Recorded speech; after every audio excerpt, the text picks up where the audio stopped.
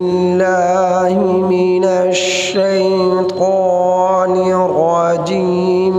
بسم الله الرحمن الرحيم. استغفر لهم أو لا تستغفر لهم إن تستغفر لهم 70 مرة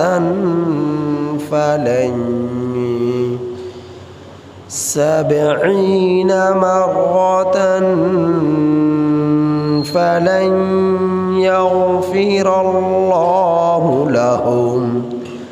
ذلك بأنهم كفروا بالله ورسوله والله لا يهدي القوم الفاسقين.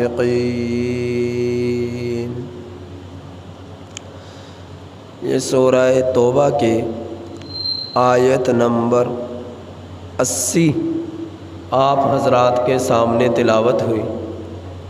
یہ سورہ توبہ کی آیت نمبر 80 آپ حضرات کے سامنے تلاوت ہوئی.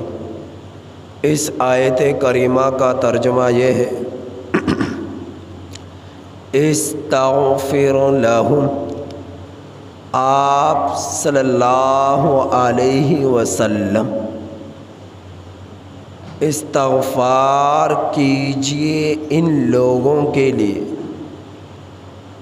آپ صلی اللہ علیہ وسلم استغفار کریں ان لوگوں کے لیے. او لا تستغفر لهم، یا آپ صلی اللہ علیہ وسلم استغفار نہ کریں ان لوگوں کے لیے. آپ ان کے لیے استغفار کریں یا آپ ان لوگوں کے لیے استغفار نہ کریں. ان تستغفر لهم، اگر آپ ان لوگوں کے لیے استغفار کریں 70 مرہ، 70 مرتبہ بھی، فَلَن يَغْفِرَ اللَّهُ لَهُمْ، سو ہرگز اللہ تعالیٰ ان لوگوں کو معاف نہ کرے گا. سو ہرگز اللہ تعالیٰ ان لوگوں کی مغفرت نہ کرے گا. سو ہرگز اللہ تعالیٰ ان لوگوں کی بخشش نہ کرے گا. ذالک بأنہ، یہ اس وجہ سے کہ ان لوگوں نے کفروا، انکار کیا، باللہ، اللہ تعالیٰ کا، ورسولہ، اور اللہ کے رسول صلی اللہ علیہ وسلم کا. یہ اس وجہ سے کہ ان لوگوں نے اللہ کے حکموں کا انکار کیا اور رسول اللہ صلی اللہ علیہ وسلم کا انکار کیا. واللہ، اور اللہ تعالی، لا یہدی القوم الفاسقین، نافرمان لوگوں کو ہدایت نہیں دیتا. فاسق لوگوں کو ہدایت نہیں دیتا، نافرمان لوگوں کو ہدایت نہیں دیتا. اس آیت کریمہ سے قبل آپ حضرات یہ بات سنتے چلے آئے ہیں منافقین کی بری حرکتوں کا، منافقین کا تذکرہ، یہ بات سنتے چلے آئے ہیں. مدینۃ المنورہ میں منافقین کی بہت زیادہ تعداد تھی جو اپنے آپ کو مسلمان کہتے لیکن تھے وہ کافر. اپنے ظاہر سے اسلام کو ظاہر کرتے، نمازیں پڑھ کر، بھرپور طریقے سے چندہ دے کر آپ صلی اللہ علیہ وسلم کی مجلس میں پیش رہتے، تو ایسے منافقین کی تعداد کہ جن میں کے دل میں کفر اور ظاہر میں اسلام تھا بہت زیادہ تھی۔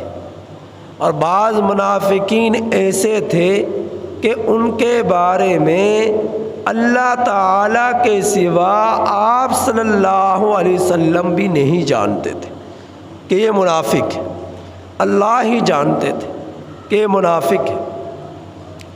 تو ان کی حرکات و سکنات، ان کے چال چلن، ان کی بول چال، ان کا اٹھنا بیٹھنا، ان کے رہنے سہنے سے اس قدر یقین ہو جاتا ان کے مسلمان ہونے پر کہ شکوک اور شبہات کی گنجائش ہی باقی نہیں رہتی کہ یہ منافق ہے۔ تو اللہ ہی جانتے تھے کہ یہ منافق ہیں، پکے مسلمان نے، یہ منافق ہے پکا مسلمان، کہ اللہ تعالیٰ کہ اللہ رب العزت نے ایسے لوگوں کا ذکر فرمایا کہ بعض ایسے لوگ ہیں جو کفر پر اڑے ہوئے ہیں، لا تعلمہم، کہ آپ ان لوگوں کو نہیں جانتے اور اللہ ان لوگوں کو جانتا ہے، آپ نہیں جانتے، اللہ جانتا ہے۔ بعض ایسے لوگ ہیں کفر پر اڑے ہوئے ہیں اور ظاہر کرتے ہیں اسلام کو اور ہیں منافق، ہیں کافر، اللہ ہی جانتا ہے ایسے لوگ۔ تو اللہ رب العزت نے اس آیت کریمہ میں بھی منافقین میں سے ایک ایسے منافق کا ذکر فرمایا کہ جو اپنے اٹھنے بیٹھنے سے، رہنے سہنے سے اور چال چلن سے، گفتار سے پوری طرح پکا مسلمان محسوس ہوتا تھا کہ پکا مسلمان، اور وہ تھا عبداللہ بن ابی، جسے رئیس المنافقین کہا جاتا ہے۔ وہ بہت قد آور تھا، خوبصورت، خوب روح، نوجوان تھا، اور اللہ نے اسے گفتگو کرنے کا ایسا سلیقہ عطا فرمایا تھا کہ جو اس کی گفتگو کو سنتا تو سنتا چلا جاتا، اس کا اٹھنے کو دل نہ چاہتا، اس قدر اس کی گفتگو سے متاثر ہوتا، حتیٰ کہ نبی کریم صلی اللہ علیہ وسلم بھی یہی سمجھتے کہ یہ پکا مسلمان ہے۔ آپ صلی اللہ علیہ وسلم اس کے ایمان پر آپ صلی اللہ علیہ وسلم کو یقین تھا، نفاق پر ذرا بھر بھی شک نہ تھا۔ تو عبداللہ بن ابی کے تو گفتگو ایسا کرتا کہ آپ صلی اللہ علیہ وسلم جیسے ذہین اور فتین شخصیت کے حامل بھی اس کی گفتگو سے متاثر ہو جاتے کہ کس قدر یہ پکا اور سچا اور دیانتدار مسلمان ہے۔ آپ صلی اللہ علیہ وسلم بھی اس کی گفتگو سے متاثر ہوئے بغیر نہ رہتے، تو آپ صلی اللہ علیہ وسلم اسے پکا مسلمان ہی سمجھتے تھے۔ اب اللہ کے تو علم میں تھا کہ یہ منافق ہے، پکا مسلمان نہیں ہے۔ اب اس عبداللہ بن ابی کا ہو جاتا ہے انتقال، یہ فوت ہو جاتا ہے۔ اس کا بیٹا تھا عبداللہ، پہلے ایسے ہی ہوا کرتا تھا، باپ کے نام پر بیٹے کا نام رکھ لیا جاتا، دادے کے نام پر بیٹے کا نام رکھ لیا جاتا، یوں سمجھیں یوں رکھے جاتے عبداللہ بن عبداللہ، بن عبداللہ، عبداللہ بن عبداللہ بن عبداللہ، باپ کے نام پر بھی بیٹے کا نام، دادے کے نام پر بھی بیٹے کا نام، تین بیٹوں کا نام عبداللہ عبداللہ عبداللہ، تین چار بیٹوں کا نام زبیر بن ابن زبیر ابن زبیر ابن زبیر، تو تین چار بیٹوں کے نام باپ داداؤں کے نام پر رکھ لیا جاتا، اور پہچان کے لیے یوں کہا جاتا پہلا عبداللہ، دوسرا عبداللہ، تیسرا عبداللہ، چوتھا عبداللہ۔ تو باپ دادا پرداداؤں کے نام پر پہلے زمانے میں اس طرح نام رکھ لیے جاتے۔ تبلیغی جماعت کے جو بانی ہیں حضرت مولانا الیاس رحمۃ اللہ علیہ، ان کے بیٹے کا نام تھا یوسف۔ ان کا جس وقت انتقال ہو گیا تو انتقال کے بعد حضرت زین العابدین رحمۃ اللہ علیہ نے اپنے بیٹے کا نام یوسف رکھا۔ دوسرا بیٹا ہوا، اس کا نام بھی یوسف رکھا۔ تیسرا بیٹا ہوا، اس کا نام بھی یوسف رکھا۔ اور پھر پہچان کے لیے، شناخت کے لیے یوں ان کو بلایا جاتا، یوسف اول، یوسف ثانی، یوسف ثالث۔ تو تین تین بیٹوں کے نام یوسف یوسف یوسف۔ تو یہ رکھے امام زین العابدین رحمۃ اللہ علیہ، مولانا زین العابدین رحمۃ اللہ علیہ نے۔ تو پہلے باپ داداؤں کے نام پر بیٹوں کا نام، اولاد کا نام رکھ لیا جاتا تھا۔ تو عبداللہ، جو عبداللہ بن ابی رئیس المنافقین کا بیٹا تھا، یہ اس کا نام، باپ کا نام تھا عبداللہ، بیٹا کا نام بھی عبداللہ تھا۔ یہ عبداللہ آیا نبی کریم صلی اللہ علیہ وسلم کے پاس اور آ کر کہنے لگا، اے اللہ کے رسول صلی اللہ علیہ وسلم، میرے باپ کا انتقال ہو چکا ہے، آپ جو ہے ان کے لیے دعا فرما دیجئے۔ میں بھی سمجھتا ہوں کہ وہ منافق تھا، میں بھی سمجھتا ہوں منافق تھا، میں یہ تو نہیں کہتا کہ میرا باپ پکا مسلمان تھا۔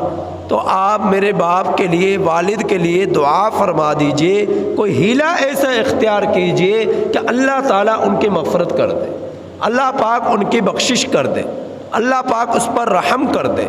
نبی کریم صلی اللہ علیہ وسلم کے پاس عبداللہ جو ہے نے آ کر یہ اپنے باپ کے لیے دعا کی درخواست کی۔ تو آپ صلی اللہ علیہ وسلم نے اس کے باپ کا جنازہ بھی پڑھایا اور رئیس المنافقین کا جنازہ بھی پڑھایا، اور اس کے منہ کے اندر اپنا لعاب دہن بھی ڈالا، اپنے منہ مبارک سے اس کے منہ میں اپنا لعاب بھی ڈالا اور اس کا جنازہ بھی پڑھایا۔ اب جنازہ کیا ہے؟ دعا ہے۔ اب اس کے لیے مغفرت کی دعا کی جا رہی ہے، اب اس کے لیے بخشش کی دعا کی جا رہی ہے۔ جس وقت نبی کریم صلی اللہ علیہ وسلم نے ارادہ فرمایا اس کا نماز جنازہ پڑھانے کا، تو حضرت عمر بن خطاب رضی اللہ تعالی عنہ جلال میں آئے اور فرمانے لگے، اے اللہ کے رسول صلی اللہ علیہ وسلم، آپ اس منافق کا جنازہ پڑھائیں گے؟ آپ اس منافق کا جنازہ پڑھائیں گے؟ آپ اس منافق کا جنازہ پڑھائیں گے؟ 3-4 مرتبہ یہ الفاظ دہرائے کہ فلاں وقت میں اس نے کہا یہ ہمارے مسلمانوں کے خلاف حرکت کی، فلاں وقت میں یوں حرکت کی، فلاں وقت میں یوں حرکت کی، اور آپ اس رئیس المنافقین کا جنازہ پڑھائیں گے؟ جب 3-4 مرتبہ یہ بات کہی تو نبی کریم صلی اللہ علیہ وسلم نے فرمایا، اے عمر، تو میرے لیے دروگا بن چکا ہے، میں تو پڑھاؤں گا اس کا جنازہ۔ آپ صلی اللہ علیہ وسلم نے یہ ارشاد فرمایا تو حضرت عمر بن خطاب رضی اللہ تعالیٰ عنہ خاموش ہو گئے۔ تو آپ جو ہے اندازہ کیجئے کہ جیسا کہ میں نے بتلایا، بعض منافق ایسے تھے کہ اللہ کے سوا کوئی نہیں جانتا تھا، حتیٰ کہ نبی کریم صلی اللہ علیہ وسلم بھی نہیں جانتے تھے ان کے نفاق۔ وہ الگ بات ہے جب فوت ہو گیا، مر گیا، تو اس کے بعد علم میں ہوا کہ یہ منافق ہے، تو آپ صلی اللہ علیہ وسلم کے علم میں بھی نہیں تھا منافق۔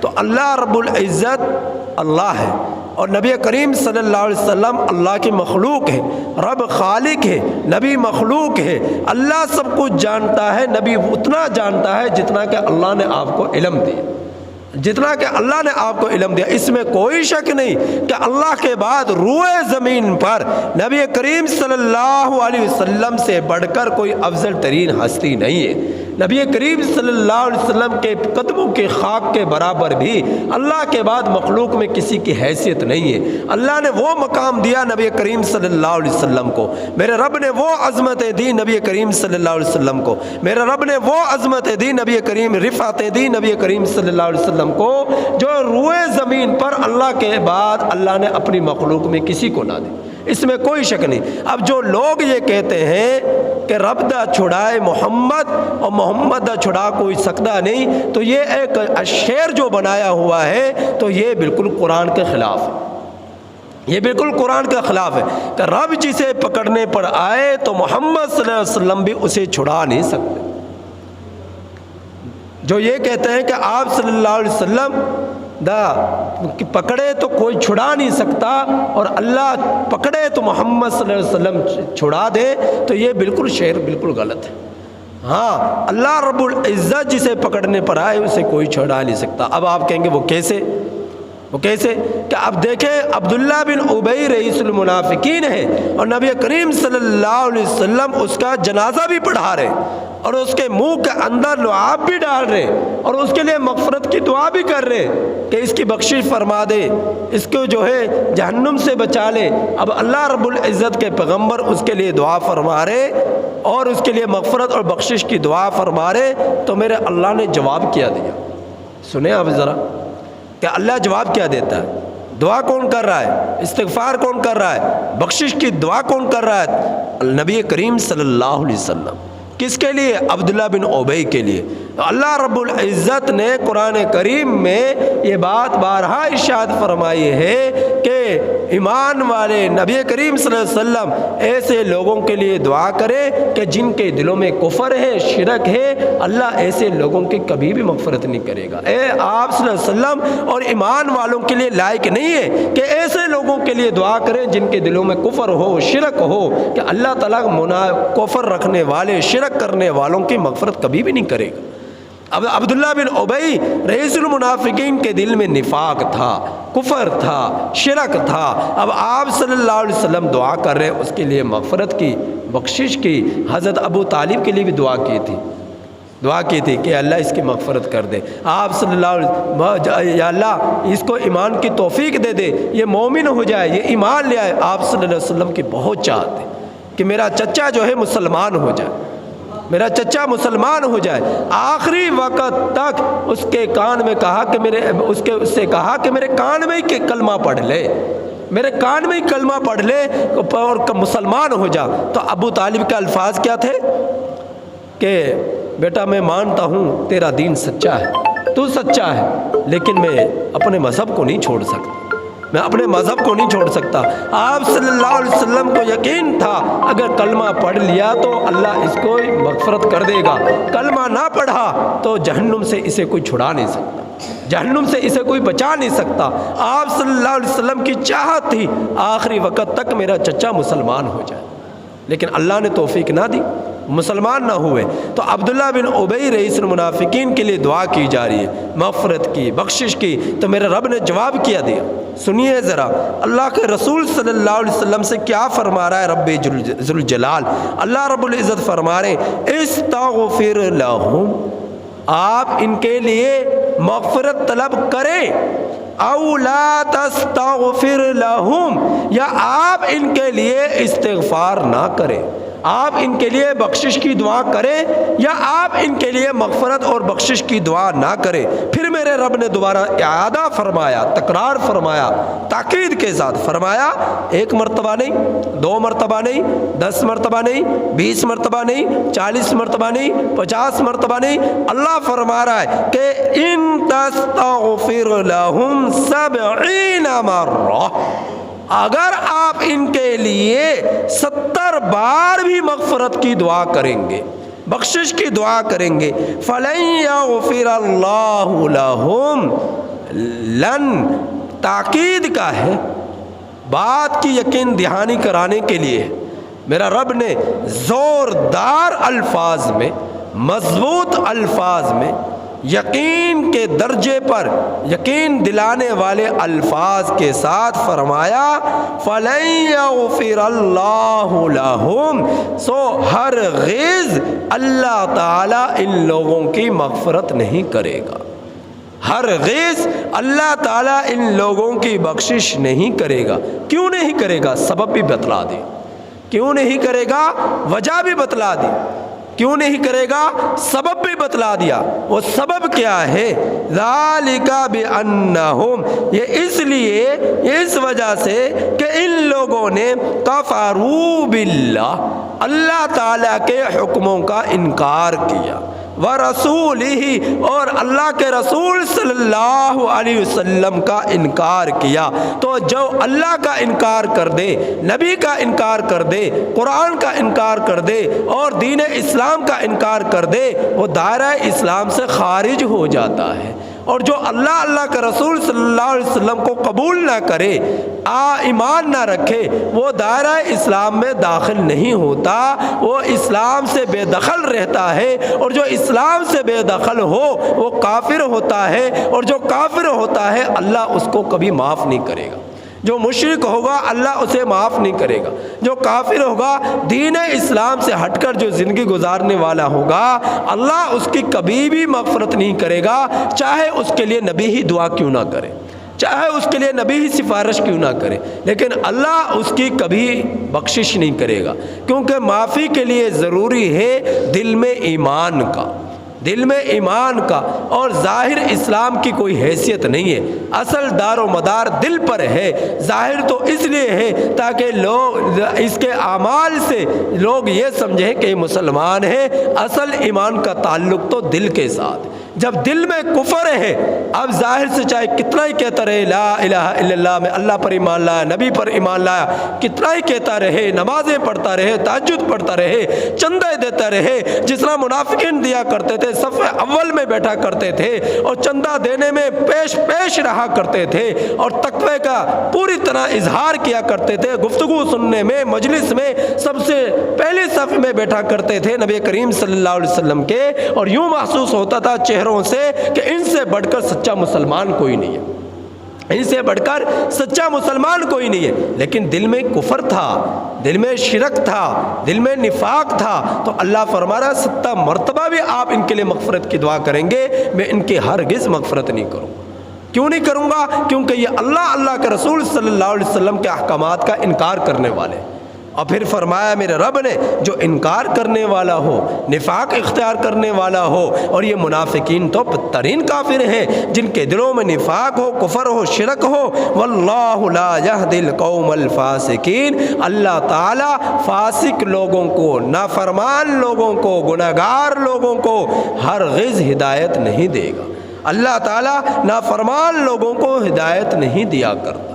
تو دل میں ایمان کا ہونا ضروری ہے، ظاہر سے اسلام کا ظہور ضروری ہے، دل میں ایمان کا ہونا ظاہر سے بھی زیادہ ضروری ہے، لہٰذا اپنے ایمان کی فکر کو۔ اس لیے علماء کرام بزرگان دین فرمایا کرتے ہیں کہ اور حقیقت یہی ہے، انسان کے لیے دنیا میں دنیا کی دولتوں سے، دنیا کے خزانوں سے، دنیا کی چودراہٹ سے، دنیا کے مناصب سے، دنیا کی شہرت سے، دنیا سے عزت سے، دنیاوی مال و دولت، جائیداد، پراپرٹی، بنگلوں، گاڑیاں اور جو ہے طاقت سے سب سے زیادہ قیمتی ترین اگر کوئی چیز ہے وہ ایمان ہے، وہ ایمان ہے۔ لہذا تم لوگ اپنے ایمان کی فکر کرو، ایسا نہ ہو موت آ رہی ہو اور آپ کی زبان سے کلمہ کفر ادا ہو جائے۔ اس لیے اللہ پاک سے ہمیشہ یہ دعا کرتے رہو، یا اللہ ایمان اور سلامتی والی زندگی نصیب فرما، یا اللہ ایمان اور سلامتی والی زندگی نصیب فرما، خاتمہ ایمان پر فرما دے، کفر پر نہ فرمانا، کہ ایسا نہ ہو موت آ رہی ہو، اسرائیل علیہ السلام روح قبض کرنے آ جائے اور میری زبان سے کلمہ کفر ادا ہو رہا ہو۔ اللہ سے یہ دعا کرو، یا اللہ جب موت آئے تو میری زبان سے کلمہ شہادت ادا ہو، میرے زبان سے کلمہ طیبہ کی ادائیگی ہو، کلمہ شہادت کی ادائیگی ہو، نماز کی حالت میں ہو، اذکار کی صورت میں ہو، عبادات کی صورت میں ہو، نیکی اور تقوی پر مجھے موت آئے۔ یا اللہ جب موت آئے، کوئی گارنٹی سے یہ نہیں کہہ سکتا میں 1 منٹ بعد، 5 منٹ بعد، 1 دن بعد، 1 سال بعد، 50 سال کی عمر میں، 70 سال کی عمر میں مر جاؤں گا، کوئی بھی اس چیز کا دعویٰ نہیں کر سکتا۔ آنے کی ترتیب ہے، جانے کی کسی کی کوئی ترتیب نہیں۔ بچہ پہلے جا رہا ہے، جوان پہلے جا رہا ہے، بوڑھا بعد میں جا رہا ہے، بس اوقات بوڑھا پہلے جا رہا ہے، جوان بعد میں جا رہا ہے، بوڑھا بچہ بعد میں جا رہا ہے، بوڑھا پہلے مر رہا ہے۔ آنے جانے کی کوئی ترتیب نہیں ہے، آنے جانے کی کوئی ترتیب نہیں ہے۔ ہاں آنے کی ترتیب ہے، جانے کی کوئی ترتیب نہیں ہے۔ یہ اللہ رب العزت کا فیصلہ ہے۔ موت کے بارے میں کسی کو نہیں بتلایا کہ کب کس کو موت آئے گی، یہ اللہ نے تقدیر میں لکھ دیا ہے۔ لہٰذا ہر وقت اس چیز کا خیال رکھو کہ کوئی نہیں پتا مجھے چند منٹوں بعد، شام کو، صبح، ایک دن بعد، 2 دن بعد، کسی بھی وقت، رات میں یا دن میں، صبح میں یا شام میں موت آ کر دبوچ لے گی۔ کوئی بھی اس چیز کا دعویٰ نہیں کر سکتا۔ لہٰذا موت نے تو آنا ہے، لیکن جس وقت بھی آئے گی فکر کرو اپنے ایمان کی۔ یا اللہ جب موت آئے تو اس حالت میں آئے کہ میں مسلمان ہوں، پکا مومن ہوں، میرے دل میں ذرا بھر بھی نفاق، کفر، شرک کی بو نہ آ رہی ہو، میرے جسم سے، میرے وجود سے، میری زبان سے، میرے کردار سے، میری گفتار سے، یا اللہ میں پکا مسلمان ہوں، اور کلمہ شہادت کی موت مجھے آئے، کلمہ ایمان کے حالت میں مجھے موت آئے، اسلام کے حالت میں مجھے موت آئے۔ ہمیشہ اللہ پاک سے یہ دعا کرتے رہو۔ تو ایمان دنیا کا اندر سب سے قیمتی سرمایہ ہے ہر انسان کے پاس، جو بھی مومن ہے، جو بھی مسلم ہے۔ اللہ پاک سے دعا ہے کہ اللہ تعالی ہم میں سے ایک کو ایمان اور سلامتی والی زندگی نصیب